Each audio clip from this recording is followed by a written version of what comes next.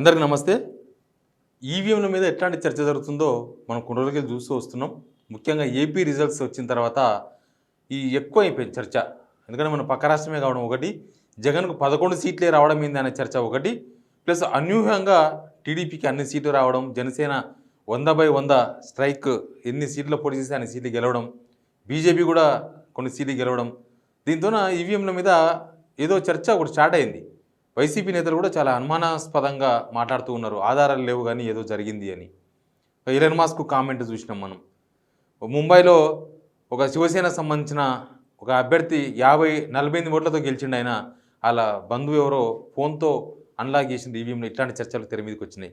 ఇవన్నీ జరుగుతున్న టైంలో జగన్మోహన్ రెడ్డి, ఆంధ్రప్రదేశ్ మాజీ ముఖ్యమంత్రి, ఒక ఇంట్రెస్టింగ్ ట్వీట్ ఒకటి చేసిండ్రు. Just as justice should not only be served but should also appear to have been served. అంటే న్యాయం జరిగింది అంటే ఆ న్యాయం కనబడాలి కూడా. న్యాయం జరగడం మాత్రమే కాదు, అది కనబడేటట్లు ఉండాలి అనేది ఒకటి. ఇంకొకటి, ప్రజాస్వామ్యం ప్రబలంగా ఉంది అని కాదు, ప్రజాస్వామ్యం కూడా జనానికి కనిపించాలి. ఏదో ప్రజాస్వామ్యం మన దేశం లేదా ప్రజాస్వామ్యం అని చెప్పుకొని తిరగడం కాదు, నిజంగానే ఇది ప్రజాస్వామ్యం కాబట్టి ఇట్లా ఉంది అని జనాలకు అనిపించాలి. అట్లా కనిపించాలని జగన్మోహన్ రెడ్డి ట్వీట్ చేసిండు. ప్రతి అభివృద్ధి చెందిన ప్రజాస్వామ్యంలో ప్రపంచవ్యాప్తంగా ఎన్నికలు మొత్తం కూడా ఈవీఎం కాకుండా ballot in election practices across the world in almost every advanced democracy paper ballots are used not EVMs.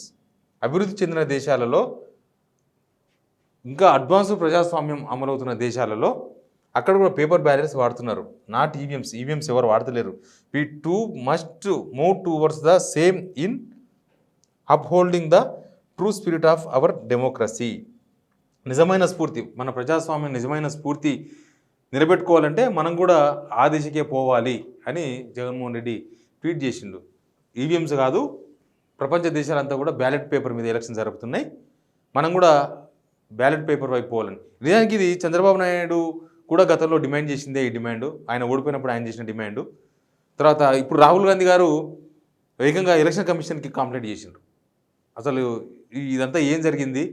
142 కాన్స్టిట్యున్సీలలో, అంటే 142 ఎంపీలు ఉన్న పోటీలు చేసిన దగ్గర వచ్చిన ఓట్ల కన్నా, పోలైన ఓట్ల కన్నా కౌంటింగ్ ఎక్కువ జరిగింది. 1,00,000 ఓట్లు పోలేని అనుకోండి, కౌంటింగ్ కాడ వరకు 1,20,000 ఓట్లు పోలేని. ఈవెన్ వారణాసిలో ప్రధాని నరేంద్ర మోడీ గారు చేసిన దగ్గర కూడా లెక్క తప్పింది అని. మన దగ్గర అయితే నారా లోకేష్ మంగళగిరి నుంచి పోటీ చేసిండ్రు, అక్కడ కూడా ఏదో డిఫరెన్స్ వచ్చింది. పోలైన ఓట్లకు కౌంటింగ్ చేసిన ఓట్లకు డిఫరెన్స్ ఉంది. ఆ మధ్యలో ఏం జరుగుతుంది? పోలైన రోజే మొత్తం లెక్క ఉంటుంది, కానీ కౌంటింగ్ రోజు ఎక్కువ వస్తాయి. ఆ మధ్యలో ఏం జరుగుతుందో తెలియదు. ఇట్లాంటి చాలా అనుమానాలు ఉన్నాయి. కాబట్టి ఈవీఎంస్ మ్యానిపులేట్ చేయొచ్చని, ఈవీఎంస్ టాంపరింగ్ చేయొచ్చని, ఈవీఎంస్ను ఎక్కడి నుంచో నడిపించవచ్చు, ఇలాంటి చర్చలు ఉన్నాయి. కాబట్టి ఈవీఎంస్ ద్వారా కాదు, బ్యాలెట్ పేపర్ ద్వారా ముందు ఎలక్షన్ జరగాలని జగన్మోహన్ రెడ్డి చేసిన ట్వీట్ ఒకటి చర్చనీయాంశంగా మారింది. కాకపోతే ఇది ప్రతిసారి ఎలక్షన్స్లో చంద్రబాబు నాయుడు ఓడిపోయినప్పుడు ఇట్లాంటి కామెంట్సే చేస్తారు, ఇంకోరు ఓడిపోయినప్పుడు ఇట్లాంటి కామెంట్సే చేస్తారు. ఇప్పుడు కాంగ్రెస్ రాహుల్ గాంధీ కంప్లైంట్ చేసిండు. మరి రాహుల్ గాంధీ కాంగ్రెస్ గెలిచిన రాష్ట్రాలు, మన తెలంగాణలో కాంగ్రెస్ గెలిచింది, మరి ఇక్కడ ఈవీఎంస్ ద్వారా ఎలక్షన్ జరిగింది కదా, మరి ఈవీఎంస్ ద్వారా జరిగిందని దీన్ని ఖండిస్తారా? ఖండించలేరా? ఇట్లా రాజకీయ పార్టీలు ఓడినప్పుడు ఒకలాగా, గెలిచినప్పుడు ఒకలాగా మాట్లాడుతూ ఉన్నాయి. బట్ జగన్మోహన్ రెడ్డి ఏపీలో జరిగిన విషయం మాత్రం కొంత ఎందుకో కన్సిడరబుల్గా ఉంది.